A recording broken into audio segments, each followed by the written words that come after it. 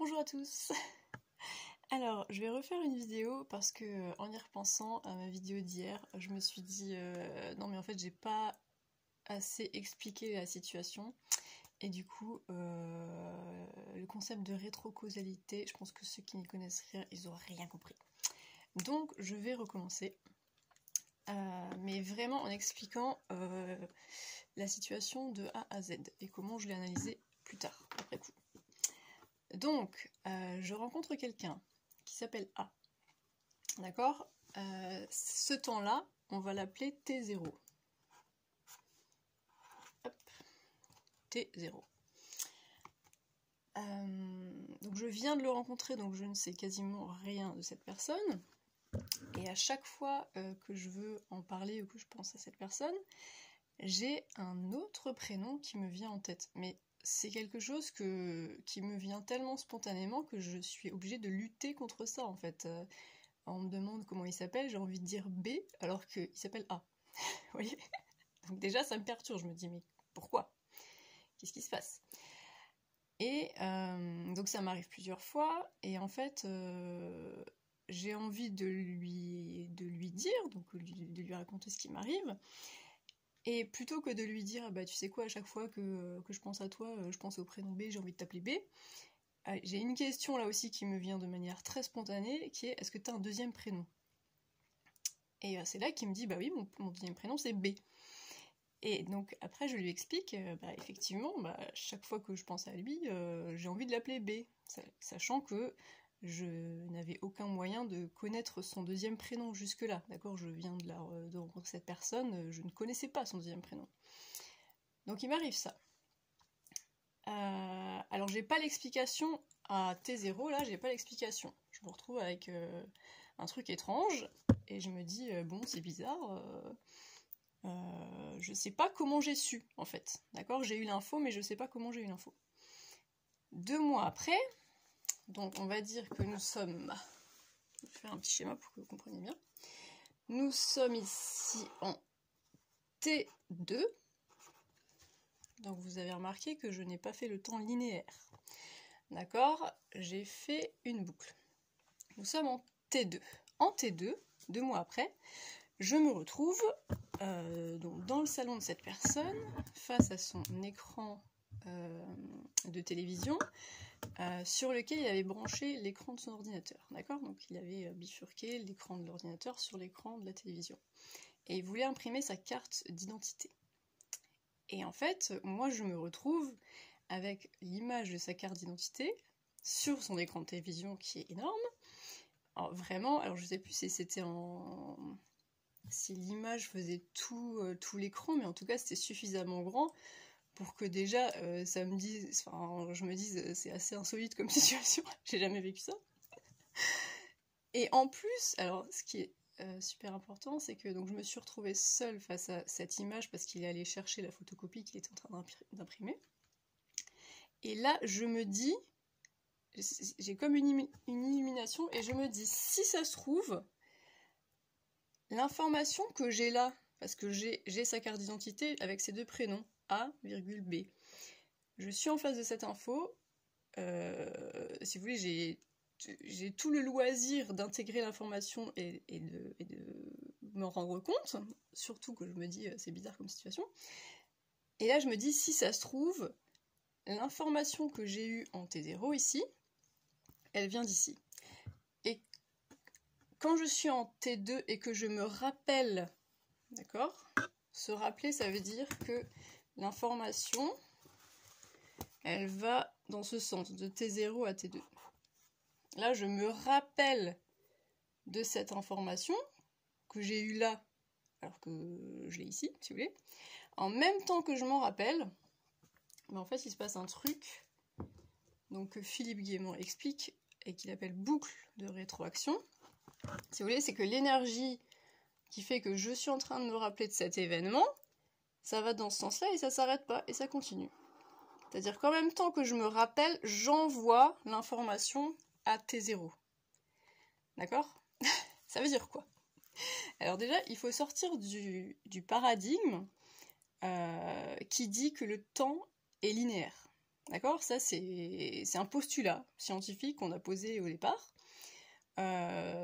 qui vient de notre expérience, parce qu'on a l'impression que le temps est linéaire, passé, présent, futur, et qu'il n'y a pas de lien entre les trois. Et attention, parce que ça, c'est une vision occidentale de la chose. Hein. Si vous allez voir dans les tribus amérindiennes, tout le monde sait que le temps est cyclique, d'accord? Alors bon, c'est à se demander qui est plus évolué que l'autre. En tout cas, pour moi, le temps, c'est ça. Et ça, c'est aussi la vision de Philippe Guillemont, le temps est cyclique. C'est-à-dire qu'il y a ce qu'on appelle des boucles de rétroaction, c'est-à-dire que l'information... Donc ici, si vous vous placez en T0, vous êtes au présent, ça c'est le futur, d'accord? Vous pouvez avoir des informations qui viennent du futur, si vous êtes là. Si vous vous retrouvez là, ça devient mon passé, d'accord? Donc si moi je suis au présent à T2, je peux envoyer des informations à mon passé. Et je trouve ça absolument génial. Et vous vous rendez compte comme c'est passionnant un truc pareil? Donc quand on commence à vivre ce genre de choses, on commence à avoir des preuves que le temps est cyclique, d'accord? Si j'avais vécu ce que j'ai vécu et que j'étais restée dans mon paradigme le temps est linéaire, passé, présent, futur, j'aurais pas pu expliquer ce qui m'est arrivé. Je peux l'expliquer si je fais ce schéma-là, d'accord? Donc, pour comprendre la pensée de Guillemot, il faut comprendre que le postulat de base, il faut le changer. Et si vous restez dans la croyance de base qui dit que le temps est linéaire et que le passé est passé, il est immuable, et que le futur, on le connaît pas, et comment dire, et tu peux le changer, mais il y a quand même un futur, si vous voulez, qui dépend aussi du passé, c'est-à-dire que le passé peut changer ton présent, et donc le futur aussi, d'accord? Et ce qui implique aussi, si on se met dans la boucle, si moi j'arrive à envoyer des informations à mon passé, c'est que je me situe à la fois dans le passé et dans le présent, et du coup dans le futur, parce que on peut se placer de différentes manières. T0, ça peut être le présent, le passé ou le futur, suivant qu'on se place ici, ici ou ici, d'accord? Et donc il y a des boucles, on pourrait rajouter un T-1 ici, ça ferait une boucle comme ça, une boucle comme ça, une boucle comme ça, et c'est une infinité de boucles. Donc ça c'est ce qu'on appelle la rétrocausalité. Et qu'est-ce que je voulais dire d'autre? Ah oui, en fait quand j'étais ado, je devais avoir 15 ans ou 16 ans, j'avais une intuition qui me lâchait pas, qui était le temps n'existe pas. D'accord? Et hier soir, en pensant à ça dans mon lit, je me suis dit, je trouve ça tellement passionnant, je suis tellement excitée en vous racontant ça. Je me suis un peu dit la même chose, c'est un peu le même schéma. Je me suis dit, si ça se trouve, en fait, quand j'avais 15 ans, j'ai reçu l'information que moi, je suis en train d'intégrer là à 35 piges, d'accord?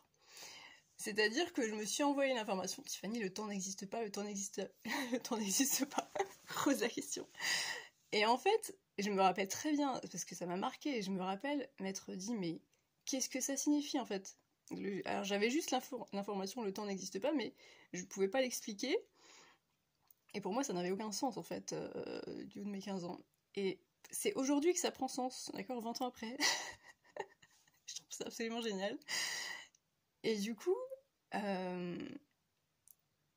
oui, alors si ça vous intéresse, lisez. Alors moi j'avais commencé par lire La Flèche du Temps, parce que je me suis dit, mon intuition m'a dit, ce monsieur il parle du temps, il y a peut-être les réponses que tu cherches. Donc effectivement, c'est absolument génial.